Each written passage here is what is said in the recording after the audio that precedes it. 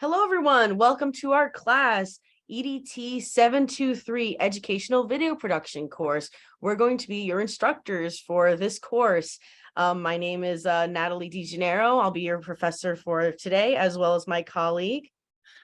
And hi, I'm Mike Peters. I'm really excited to get this course off the ground. So just before we get into what this course is all about, I thought it'd be great if we could introduce ourselves. So Natalie, why don't you tell the class a little bit about yourself?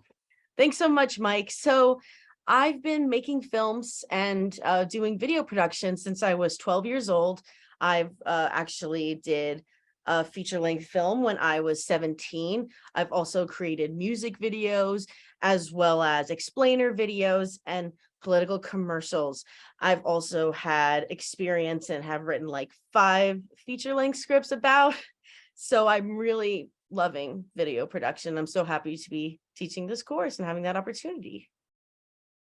Thanks, Nat. Yeah, me too. I'm really excited and passionate about video production as well. I've been working for a public access TV station on Long Island for about 14 years now. I've been doing video ever since I got to college. In fact, it's the one thing that really helped me stick with college and see it through, because I'd never worked with video before then. And once I did, I was like hooked. I started getting straight A's, which was like unfounded for me.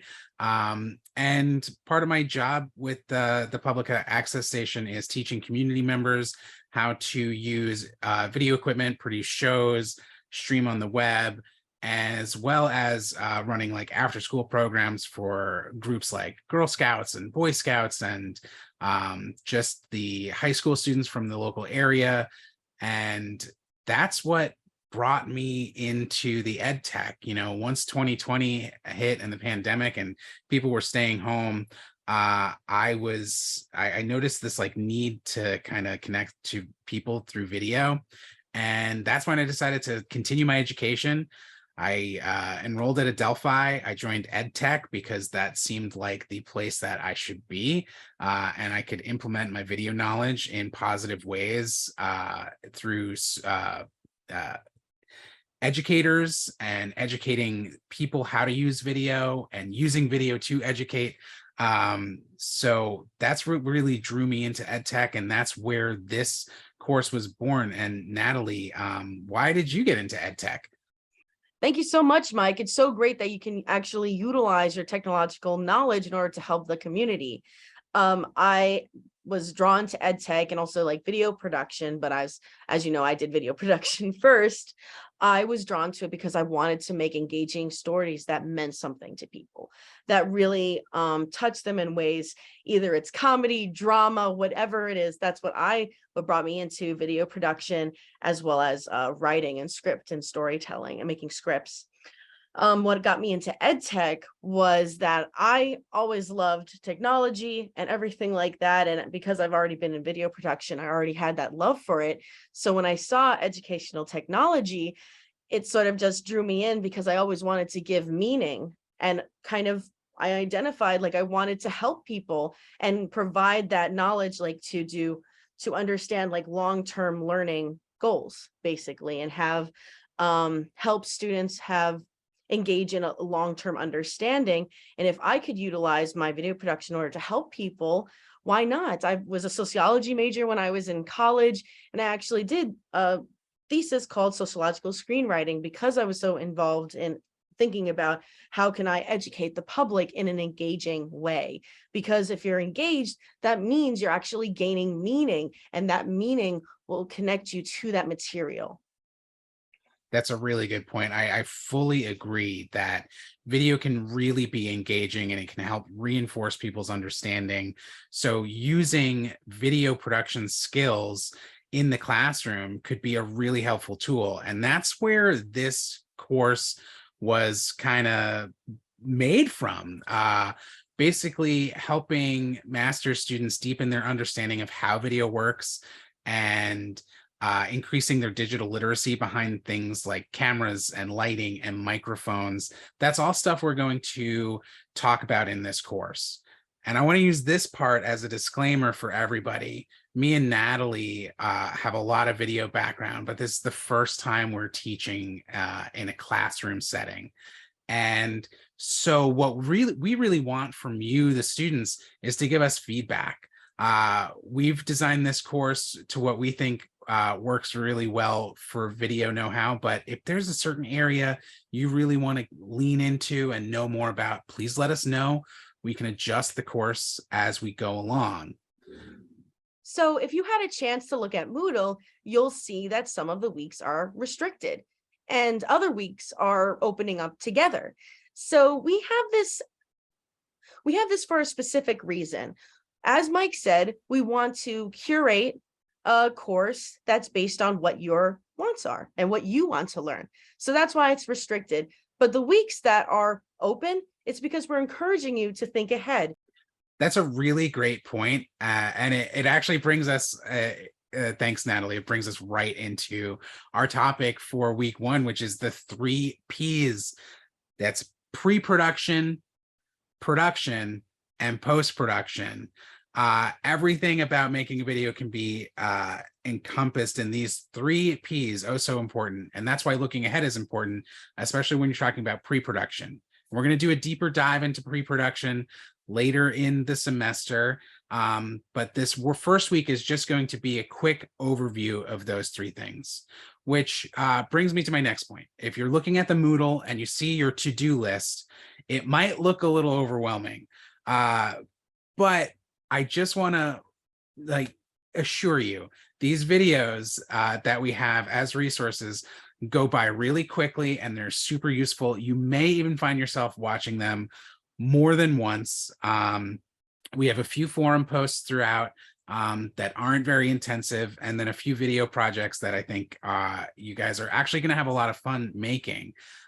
So again, week 1 is all about the 3 Ps. Natalie, do you want to tell them a little bit more about the 3 Ps of production?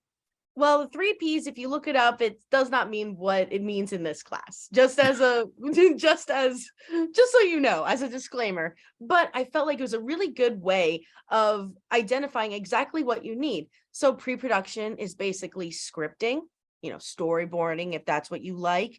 And also like prepping, getting your equipment together, getting props together, whatever you need is done in this. It's basically organizing the video prior to production, and production is kind of like shooting it, putting it together in like the actual what you're prepping for, whereas the editing element, the post-production is editing, and that's putting it all together in a cohesive manner until it's completed.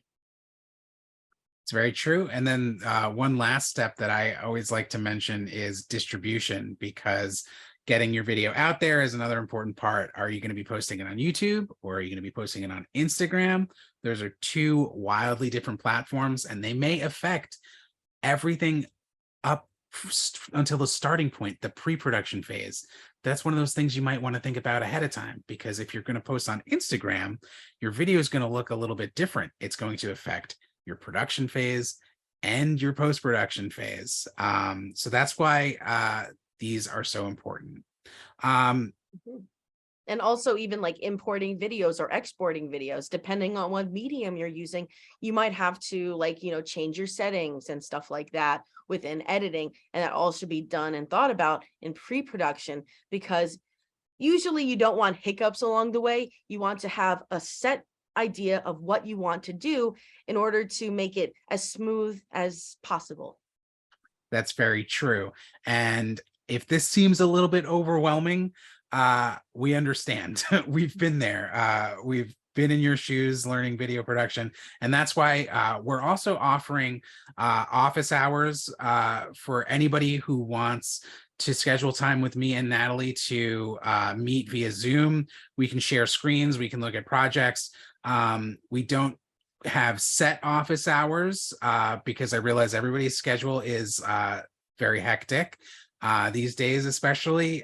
So just send us an email. We'll find a good time to meet, and we're always available. Yes, thank you, Mike, for letting them know, because we are really available to answer any questions or concerns.